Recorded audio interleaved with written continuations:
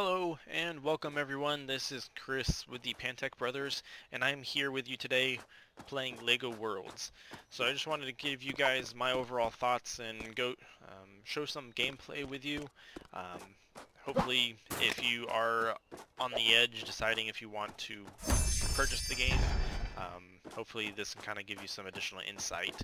So I've been playing this for several months, ever since it was in the beta or alpha stages.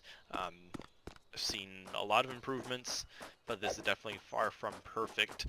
This is not going to be a Minecraft replacement, but another take of a similar style, more geared towards, of course, Lego enthusiasts, or just those in general who like to build and just that type of game style.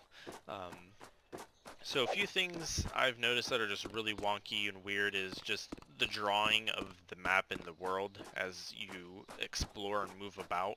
Um, as you can see there, it's kind of,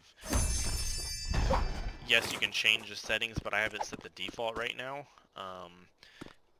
And just sometimes just in the world as you're exploring, just some really weird um, things happen. You may like see stuff like floating like that. Or perfect example like that. It's like, okay, why is that like that? Why in the world is there 300-foot tall thing of sand right next to the water with a single tree on top? Makes no sense. But things like that, it's just weird. The menus are kind of cumbersome to navigate and get annoying. Um, so you have all your models and vehicles and things like that. Um, as you explore, you can actually get different plants, vehicles, um, things like that that you can then eventually use, but you just have to purchase them essentially with coins that you get from treasure chests or blowing up stuff. Um, so that's kind of cool. Adds just an additional aspect to the game. As you explore more, you get more things that you can use. Or of course, you can just um, build in like a free world build mode. One thing that I think this does differently than Minecraft is all of these are actual individual bricks, which is pretty crazy if you think about it. Because if you go through the world, you can see all the bricks that it's using for the mountain, which could possibly aid in some of the slowness and drawing the worlds and things like that, because it would, I would imagine, be pretty intensive on your computer. Um, I am using a GTX 960 and an Intel i5 4500K CPU, um, and this runs perfectly fine. You can see locked at 120-ish frames per second. This is in the highest quality settings at 1080p. Um, so I've been playing this game mainly for the aspect of just free building and more in particular the Lego architecture Lego sets. So I find the Lego instructions online and just kind of just build them in Lego worlds here, the best of my ability. Um, so here's one, there's another back there, a skyscraper. So one thing I've noticed by doing these Lego sets, I'm not sure if the game they purposely have restricted the ability or they just haven't implemented it yet, is just the different building methods. Um, One being, there's a lot of Lego bricks that they don't even have that you do see in a lot of Lego sets. One being 1x2 plate with a single brick piece on the center for you to center pieces um, in between a single one, for example. So you're always going to have an offset like this versus directly in the center. One prime example would be this skyscraper. It would normally be a 1x3 brick, okay?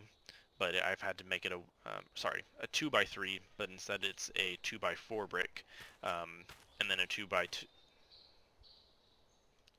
This is down here, sorry, is a 4x4 and then a 2x4, whereas normally it's supposed to be a 1x3 Okay, with then a single piece. I've had to modify it, so that's unfortunate. Um, it's just really weird how they don't allow you to do some things. Another example would be this round plate. Normally you're able to put one of these round pieces right in the center. Unfortunately you can't. You're restricted to putting it on one of these four corners. Um, Another one is you're restricted by having these only rotate on the x-axis. You cannot rotate it along the y-axis. So yes, you can build out like such, but you can't build where this is where the pegs or the brick is sitting vertical, so to speak.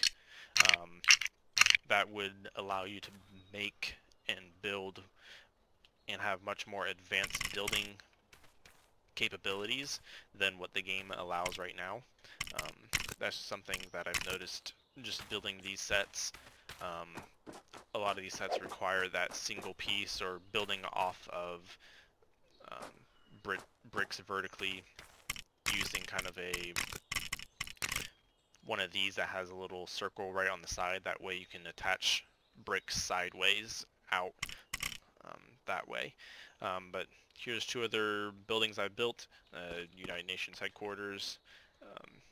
For some reason, some of these textures are not working as they should. This is supposed to be like a glass all right here. And then some of these are supposed to be glass, that way you can see through it. But again, I'm not sure why. Another cool thing you can actually do is actually import Lego sets or builds that you've done in the Lego design tool.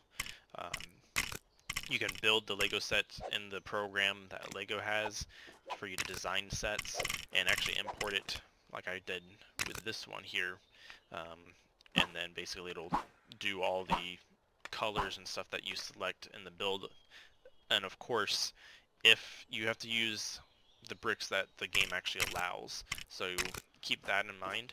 Um, so it's pretty cool, especially for me since I enjoy Legos. I wish I could have almost every Lego set, um, but of course financially I would be broke. So this at least gives me kind of helps the craving, the itch to build Legos, especially since I can find these Lego instructions online.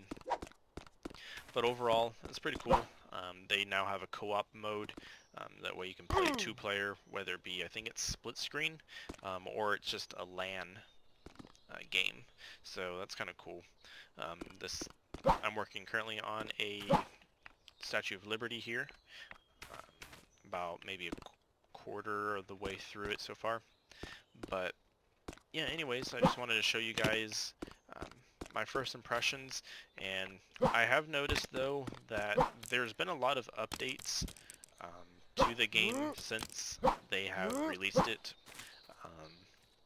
They've added more capabilities, more features, things like that. So that's kind of cool. I'm glad that they just didn't release it and just left it. But hopefully we can continue to see more and more development for the game. So if you guys have any questions, comments, feel free to leave them down below. Please like and subscribe to our channel here. We're new and we want to definitely get this off the ground and be able to bring you some good content for you all. And if you can, also share this with your friends if you know someone that may enjoy our channel. So thanks again for watching, and I will see you all in the next one. Take care.